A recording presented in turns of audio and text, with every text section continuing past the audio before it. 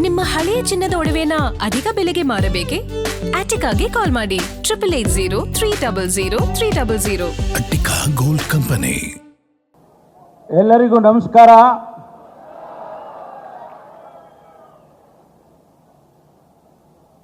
ಈ ನೆನಪಿನ ಕಾರ್ಯಕ್ರಮದಲ್ಲಿ ದಿವ್ಯ ಸಾನ್ನಿಧ್ಯವನ್ನು ವಹಿಸಿರ್ತಕ್ಕಂಥ ಪರಮ ಪೂಜ್ಯ ಜಗದ್ಗುರು ಶ್ರೀ ಶ್ರೀ ಶ್ರೀ ಡಾಕ್ಟರ್ ನಿರ್ಮಲಾನಂದ ಮಹಾಸ್ವಾಮೀಜಿಯವರಿಗೆ, ಅದೇ ರೀತಿ ಪರಮ ಪೂಜ್ಯ ಶ್ರೀ ಶ್ರೀ ಶ್ರೀ ಸಿದ್ಧಲಿಂಗ ಮಹಾಸ್ವಾಮೀಜಿಯವರ ಈವರೆಗೂ ಕೂಡ ನನ್ನ ಭಕ್ತಿಪೂರ್ವಕವಾದ ಪ್ರಣಾಮಗಳನ್ನು ಪ್ರಥಮವಾಗಿ ಸಲ್ಲಿಸಿ, ನಮ್ಮೆಲ್ಲರ ಅಚ್ಚುಮೆಚ್ಚಿನ ಈ ರಾಜ್ಯದ ಮುಖ್ಯಮಂತ್ರಿಗಳು ತಾವೇ ಹೇಳಿದಾಗೆ ಬಡವರ ಬಗ್ಗೆ ಮತ್ತು ಸಂಘಟನೆಯ ಬಗ್ಗೆ ಅವರದೇ ಆದಂಥ ರೀತಿಯಲ್ಲಿ ಸುಮಾರು 40 ವರ್ಷಗಳಿಂದ ಈ ರಾಜ್ಯದಲ್ಲಿ ಕೆಲಸ ಮಾಡಿಕೊಂಡು ಬಂದು ಇವತ್ತು ರಾಜ್ಯದ ಚುಕ್ಕಾಣಿಯನ್ನು ಹಿಡಿದಿರ್ತಕ್ಕಂಥ ಮಾನ್ಯ ಡಿ.ಕೆ. ಶಿವಕುಮಾರ್ ಅವರೇ, ತಮ್ಮೆಲ್ಲರ ಅಚ್ಚುಮೆಚ್ಚಿನ ನಾಯಕ, ಸಂಘಟನಾ ಚತುರ, ಬಹುಶಃ ಎಲೆಕ್ಷನ್ಗೆ ನಿಂತರೆ ನಮ್ಮನ್ನೆಲ್ಲ ಮೀರಿಸ್ತಾರೆ. ನಮ್ಮೂರಿನವ್ರು, ನಂದು ಅವರೂರು ಇಬ್ಬರದು ಒಂದು 3 ಕಿಲೋಮೀಟರ್ ಇರ್ಬೋದು ಅಷ್ಟೇ. ಬಹುಶಃ ಅನೇಕ ವರ್ಷಗಳಲ್ಲಿ ಸರ್ಕಾರಿ ನೌಕರರ ಪ್ರತಿನಿಧಿಯನ್ನು ನಾನು ನೋಡಿದ್ದೇನೆ, ಅನೇಕ ಅಧ್ಯಕ್ಷರುಗಳನ್ನು ನೋಡಿದ್ದೇನೆ. ಆದರೆ ಷಡಕ್ಷರಿ ಇದೆ ಒಂದು ವಿಭಿನ್ನವಾದಂಥ ವ್ಯಕ್ತಿತ್ವ.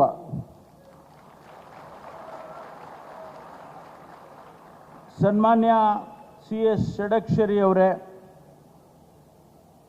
ಈ ಕಾರ್ಯಕ್ರಮದಲ್ಲಿ ಉಪಸ್ಥಿತರಿರ್ತಕ್ಕಂಥ ಎಲ್ ಭೈರಪ್ಪನವರೇ, ರಮೇಶ್ ಸಂಘ ಅವರೇ, ಶ್ರೀ ಅಮೃತರಾಜ್ ಅವರೇ, ಪಟ್ಟಿ ಭಾಳ ದೊಡ್ಡದಾಗಿದೆ, ನಾನು ಎಲ್ಲರ ಹೆಸರನ್ನು ಹೇಳೋದಿಲ್ಲ. ಎಲ್ಲ ನೌಕರ ಸಂಘದ ಎಲ್ಲ ಪದಾಧಿಕಾರಿಗಳೇ, ರಾಜ್ಯದ ಮೂಲೆ ಮೂಲೆಯಿಂದ ಬಹುಶಃ ಹಬ್ಬಕ್ಕೆ ಹುಣ್ಣಿಮೆಗೆ ಹಿಂಗೆ ಹೋಗ್ತಿರೋ ಇಲ್ವೋ ಗೊತ್ತಿಲ್ಲ, ಆದರೆ ಈ ಕಾರ್ಯಕ್ರಮಕ್ಕೆ ತಾವೆಲ್ಲರೂ ಕೂಡ ಇಡೀ ರಾಜ್ಯದ ಮೂಲೆ ಮೂಲೆಗಳಿಂದ ಬಂದಿದ್ದೀರಿ. ಎಲ್ಲ ನೌಕರ ಸಹೋದರ ಸಹೋದರಿಯರೇ, ಮಾಧ್ಯಮದ ಸ್ನೇಹಿತರೆ, ಬಹುಶಃ ತಾವೆಲ್ಲರೂ ಕೂಡ ಸರ್ಕಾರದ, ನೂತನ ಸರ್ಕಾರದ ಬಗ್ಗೆ,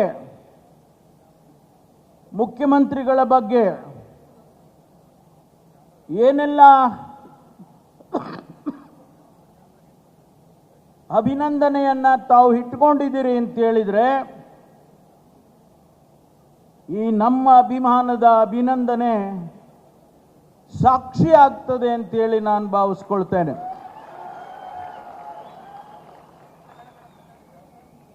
ಷಡಕ್ಷರಿ ಅವರು ಮಾತನಾಡುವಾಗ ಒಂದು ಮಾತನ್ನು ಹೇಳಿದರು, ನಿಮ್ಮ ಮೇಲೆ ನಮಗೆ ವಿಶ್ವಾಸ ಇದೆ ಎನ್ನುವಂಥ ಮಾತನ್ನು ಹೇಳಿದರು. ಮಾನ್ಯ ಮುಖ್ಯಮಂತ್ರಿಗಳ ಬಗ್ಗೆ, ಸರ್ಕಾರದ ಬಗ್ಗೆ ವಿಶ್ವಾಸ ಇದೆ ಅಂತೇಳಿ ನೀವು ಹೇಳಿದ್ರಿ. ನಾನು ಹೇಳೋದಕ್ಕೆ ಬಯಸ್ತೇನೆ, ನಾವಿಬ್ಬರೂ ಕೂಡ ನಿಮ್ಮ ಮೇಲೆ ಅಷ್ಟೇ ವಿಶ್ವಾಸವನ್ನು ಇಟ್ಕೊಂಡಿದ್ದೇವೆ. ನಿಮ್ಮ ಜೊತೆಯಲ್ಲಿ ನಾವು ಇರ್ತೇವೆ ಅನ್ನೋದನ್ನ ಸಂದೇಶವನ್ನು ಕೊಡೋದಕ್ಕೆ ನಾವಿಬ್ಬರು ಬಂದಿದ್ದೇವೆ.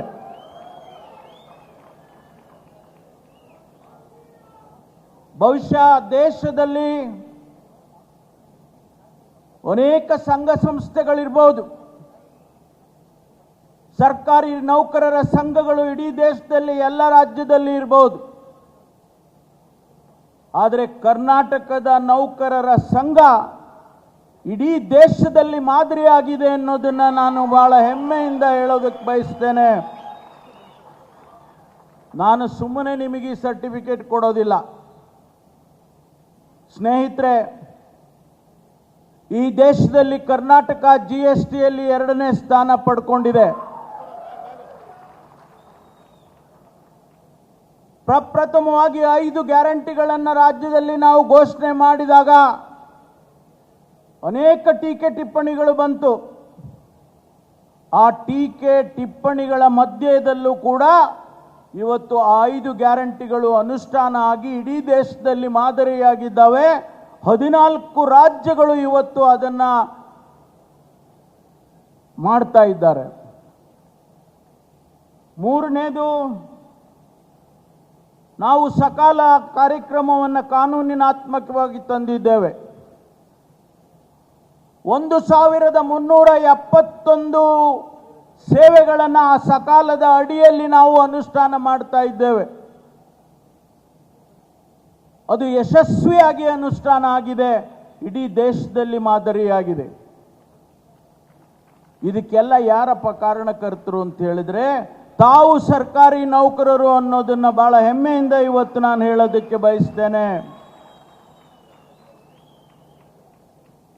ಸಂವಿಧಾನದಲ್ಲಿ 14ನೇ ಭಾಗದಲ್ಲಿ ನಿಮಗೆ ಜವಾಬ್ದಾರಿಯನ್ನು ತಿಳಿಸಿದ್ದಾರೆ.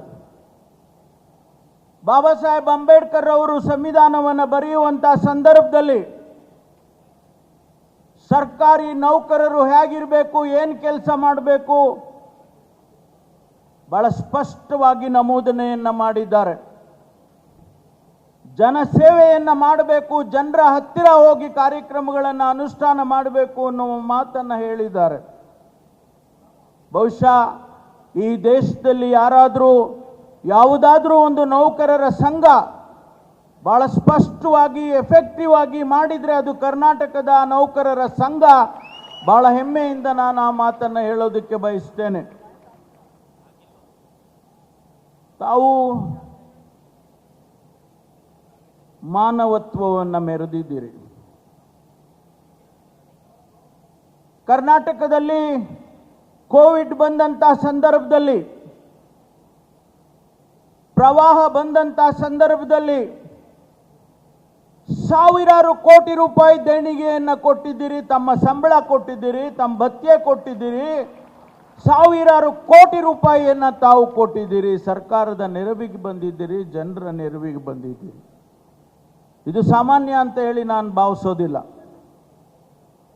ಅಂತ ಒಂದು ಸೇವೆಯನ್ನು ತಾವು ಮಾಡಿದ್ದೀರಿ ಅನ್ನೋದನ್ನು ಕೂಡ ನಾನು ಇವತ್ತು ಜ್ಞಾಪಿಸ್ಕೊಳ್ತೇನೆ. ಸ್ನೇಹಿತರೆ, ತಾವು 5,25,000 ಜನರು ಇದ್ದೀರಿ. ನಾನು ನಮ್ಮ DK ಶಿವಕುಮಾರ್ ಅವರು ಪಕ್ಷದ ಅಧ್ಯಕ್ಷರಾಗಿ ಚುನಾವಣೆಗೆ ಹೋಗುವಂತ ಸಂದರ್ಭದಲ್ಲಿ ಪ್ರಣಾಳಿಕೆಯನ್ನು ತಯಾರು ಮಾಡಬೇಕು ಅನ್ನುವ ಜವಾಬ್ದಾರಿಯನ್ನು ನನಗೆ ಕೊಟ್ಟರು. ಪ್ರಣಾಳಿಕಾ ಸಮಿತಿಯ ಅಧ್ಯಕ್ಷನನ್ನಾಗಿ ನನ್ನನ್ನು ಮಾಡಿದರು. ಆ ಸಂದರ್ಭದಲ್ಲಿ ತಮಗೆ ಅನುಗುಣವಾದಂಥ 2-3 ವಿಚಾರಗಳನ್ನು ಮಾತ್ರ ನಾನು ಹೇಳೋದಕ್ಕೆ ಬಯಸ್ತೇನೆ. ಒಂದು, 2.5 ಲಕ್ಷ ಹುದ್ದೆಗಳು ಸರ್ಕಾರದಲ್ಲಿ ಖಾಲಿ ಇದ್ದಾವೆ. 5 ವರ್ಷದಲ್ಲಿ ಆ 2.5 ಲಕ್ಷ ಹುದ್ದೆಗಳನ್ನು ತುಂಬುತ್ತೇವೆ ಅಂತೇಳಿ ಆ ಪ್ರಣಾಳಿಕೆಯಲ್ಲಿ ನಾನೇ ಬರೆದಿದ್ದೇನೆ. ಇವತ್ತು ಮಾನ್ಯ ಮುಖ್ಯಮಂತ್ರಿಗಳು ಪ್ರಕಟಣೆಯನ್ನ ಮಾಡಿದ್ದಾರೆ. ಇನ್ನು 2-3 ತಿಂಗಳ ಒಳಗಾಗಿ 72,000 ಹುದ್ದೆಗಳನ್ನು ನಾವು ತುಂಬೋದಕ್ಕೆ ಈಗಾಗಲೇ ನೋಟಿಫಿಕೇಶನ್ ಹೊರಡ್ತಾ ಇದೆ. ಎಲ್ಲ ಇಲಾಖೆಗಳಿಗೂ ಕೂಡ ನಾವು ಪತ್ರ ಬರೆದು ನಿಮ್ಮ ಇಲಾಖೆಯಲ್ಲಿ ಆದ್ಯತೆ ಮೇಲೆ ನೀವು ನೌಕರಿಯನ್ನು ತುಂಬೋದಕ್ಕೆ ನೀವು ಕ್ರಮ ತಗೊಳ್ಬೇಕು ಅಂತೇಳಿ ಮಾನ್ಯ ಮುಖ್ಯಮಂತ್ರಿಗಳು ಸೂಚನೆಯನ್ನು ಕೊಟ್ಟಿದ್ದಾರೆ. ತ್ವರಿತವಾಗಿ ಮಾಡಬೇಕು ಅಂತ ಹೇಳಿದ್ದಾರೆ. ಇವತ್ತು ಆ ಕೆಲಸ ಪ್ರಾರಂಭ ಆಗಿದೆ. ಸ್ವಲ್ಪ ವಿಳಂಬ ಆಯಿತು. ತಮಗೆಲ್ಲರಿಗೂ ಗೊತ್ತಿದೆ, ಸುಪ್ರೀಂ ಕೋರ್ಟಿನ ಆದೇಶದ ಮೇಲೆ ಇಂಟರ್ನಲ್ ರಿಸರ್ವೇಶನ್ ಕೊಡಬೇಕು ಅಂತೇಳಿ ಆದೇಶ ಮಾಡಿದಾಗ ಅನೇಕ ತೊಂದರೆಗಳಿದ್ರೂ ಕೂಡ, ಗೊಂದಲಗಳಿದ್ರೂ ಕೂಡ ಅದನ್ನು ಬಗೆಹರಿಸಿ ಇವತ್ತು ನಾವು ಮುಂದಕ್ಕೆ ಹೋಗ್ತಾ ಇದ್ದೀವಿ. ಅದಕ್ಕಾಗಿ ವಿಳಂಬ ಆಗಿದೆ ಅನ್ನೋದನ್ನ ತಮ್ಮ ಗಮನಕ್ಕೆ ತರ್ತೇನೆ. ಸ್ನೇಹಿತರೆ, ಬಹಳ ವಿಚಾರಗಳನ್ನು ಪ್ರಸ್ತಾಪ ಮಾಡಿದ್ದಾರೆ ನಮ್ಮ ಅಧ್ಯಕ್ಷರು ಷಡಾಕ್ಷರಿಯವರು. ನಾವು 6ನೇ ವೇತನವನ್ನ 7ನೇ ವೇತನವನ್ನ ಯಥಾವತ್ತಾಗಿ ಅನುಷ್ಠಾನ ಮಾಡಿದವು. ಸನ್ಮಾನ್ಯ ಸಿದ್ದರಾಮಯ್ಯನವರು ಆ ಸಂದರ್ಭದಲ್ಲಿ 30% ಮತ್ತು 2ನೇ ಬಾರಿ 27.5% ಅಷ್ಟನ್ನು ನಾವು ಅನುಷ್ಠಾನ ಮಾಡಿದ್ದೇವೆ ಅನ್ನೋದನ್ನು ಕೂಡ ನಿಮಗೆ ಜ್ಞಾಪಿಸ್ತಾ ಇದ್ದೇನೆ. ಮತ್ತೊಂದು ಪ್ರಾಮುಖ್ಯವಾದ ವಿಚಾರವನ್ನು ಪ್ರಸ್ತಾಪ ಮಾಡಿದ್ದಾರೆ. NPS OPS ಅವರು ಹೇಳಿದರು, ಕಾಂಗ್ರೆಸ್ ಪಕ್ಷದ ಪ್ರಣಾಳಿಕೆಯನ್ನು ಬರೆದಂತವರು ಡಾಕ್ಟರ್ ಪರಮೇಶ್ವರ್ ಅವರು ಅದನ್ನು ಹೇಳಿದ್ದಾರೆ ಅಂತ. ಹೌದು, ನಾವು ಹೇಳಿದ್ದೇವೆ. ನಮ್ಮ DK ಸುರೇಶ್ ಅವರು ಅಂದಿನ ಸಂಸದರು, ಅವರ ಮನೆಯಲ್ಲಿ ರಾತ್ರಿ 2 ಗಂಟೆ 3 ಗಂಟೆವರೆಗೂ ಚರ್ಚೆ ಮಾಡಿ ನಮ್ಮ ಪ್ರಧಾನ ಕಾರ್ಯದರ್ಶಿಗಳು ಹೈಕಮಾಂಡ್ನವರು ಬಂದು ತಮ್ಮ ನೌಕರರ ಜೊತೆಯಲ್ಲಿ ಕೂಡ ರೆಪ್ರೆಸೆಂಟೇಟಿವ್ಸ್ ಜೊತೆಯಲ್ಲಿ ಚರ್ಚೆ ಮಾಡಿ ನನಗೆ ಹೇಳಿದರು, ನೀವು ಇದನ್ನ ಪ್ರಣಾಳಿಕೆಯಲ್ಲಿ ಸೇರಿಸಬೇಕು. ಒಂದು ಮಾತನ್ನು ಸ್ಪಷ್ಟವಾಗಿ ಮುಖ್ಯಮಂತ್ರಿಗಳು ಹೇಳ್ತಾರೆ, ನಾನು ಕೂಡ ಇವತ್ತು ಹೇಳ್ತೇನೆ, ನಿಮ್ಮ ಜೊತೆಯಲ್ಲಿ ನಾವು ಇದ್ದೇವೆ, ಯಾವುದೇ ಕಾರಣಕ್ಕೂ ನಿಮಗೆ ನಿರಾಶೆಯನ್ನ ಮಾಡೋದಿಲ್ಲ ಅಂತ ಅಷ್ಟೇ ಮಾತನ್ನು ಹೇಳ್ತೇನೆ.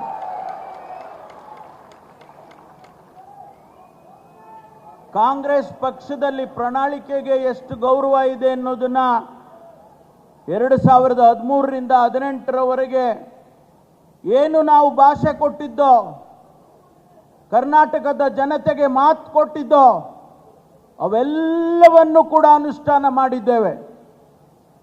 592 ಭರವಸೆಗಳನ್ನು ಈ ಬಾರಿ ಪ್ರಣಾಳಿಕೆಯಲ್ಲಿ ಕೊಟ್ಟಿದ್ದೇವೆ. ಹೆಚ್ಚಿನ ಅಂಶ ಎಲ್ಲವನ್ನು ಕೂಡ ನಾವು ಅನುಷ್ಠಾನ ಮಾಡ್ತೇವೆ. NPS OPS ಕೂಡ ಅದರಲ್ಲಿ ಸೇರುತ್ತೆ ಅನ್ನೋದನ್ನ ನೀವು ಮನಸ್ಸಲ್ಲಿ ಇಟ್ಕೊಳ್ಳಿ. ಹಾಗಾಗಿ ಇವತ್ತು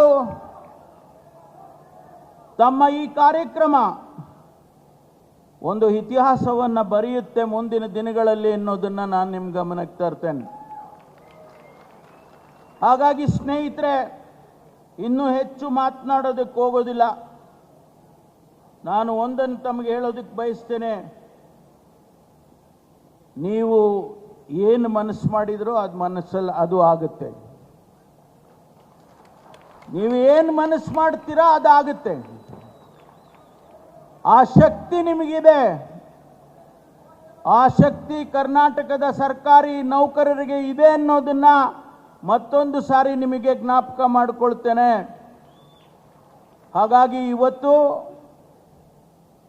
ತಾವು ಏನು ಕರ್ನಾಟಕದಲ್ಲಿ ಸೇವೆಯನ್ನು ಮಾಡ್ತಾ ಇದ್ದೀರಿ, ಜನರ ಕಷ್ಟಗಳಿಗೆ ಸ್ಪಂದಿಸ್ತಾ ಇದ್ದೀರಿ, ಇಡೀ ಸಮಾಜ ನಿಮ್ಮನ್ನ ಶ್ಲಾಘನೆಯನ್ನು ಮಾಡುತ್ತೆ ಅನ್ನುವಂಥ ಮಾತನ್ನು ಹೇಳ್ತೇನೆ. ವಿಶ್ವಾಸ ಇಡೀ ನಮ್ಮ ಮೇಲೆ, ಕರ್ನಾಟಕದ ಸರ್ಕಾರದ ಮೇಲೆ, ಮಾನ್ಯ ಮುಖ್ಯಮಂತ್ರಿಗಳಾದ DK ಶಿವಕುಮಾರ್ ಮೇಲೆ ವಿಶ್ವಾಸ ಇಡಿ. ನಾವು ನಿಮ್ಮ ಜೊತೆಯಲ್ಲಿದ್ದೇವೆ ಅಂತಕ್ಕಂಥ ಮಾತನ್ನು ಈ ಸಂದರ್ಭದಲ್ಲಿ ಹೇಳಿ, ಇನ್ನೂ ಕೂಡ ಮುಖ್ಯಮಂತ್ರಿಗಳು ಮಾತನಾಡೋರಿದ್ದಾರೆ, ಸ್ವಾಮೀಜಿಯವರು ಆಶೀರ್ವಚನವನ್ನು ಮಾಡೋರಿದ್ದಾರೆ. ಆದ್ದರಿಂದ ಇಷ್ಟು ಮಾತುಗಳನ್ನು ಮಾತ್ರ ಹೇಳಿ ಇವತ್ತು ತಾವೇನು ಈ ಒಂದು ಅಭಿಮಾನದ ಅಭಿನಂದನೆಯನ್ನು ಆಯೋಜನೆ ಮಾಡಿದ್ದೀರಿ, ಅದಕ್ಕಾಗಿ ನಿಮಗೆ ನನ್ನ ಮತ್ತು ಮುಖ್ಯಮಂತ್ರಿಗಳ ಅಭಿನಂದನೆಗಳು ಅಂತೇಳಿ ಈ ಸಂದರ್ಭದಲ್ಲಿ ಹೇಳಿ ನನ್ನ ಮಾತು ಮುಗಿಸ್ತೇನೆ. ಜೈ ಹಿಂದ್, ಜೈ ಕರ್ನಾಟಕ. ಗ್ಯಾರಂಟಿ ನ್ಯೂಸ್, ಸುದ್ದಿ ಖಚಿತ, ನ್ಯಾಯ ನಿಶ್ಚಿತ.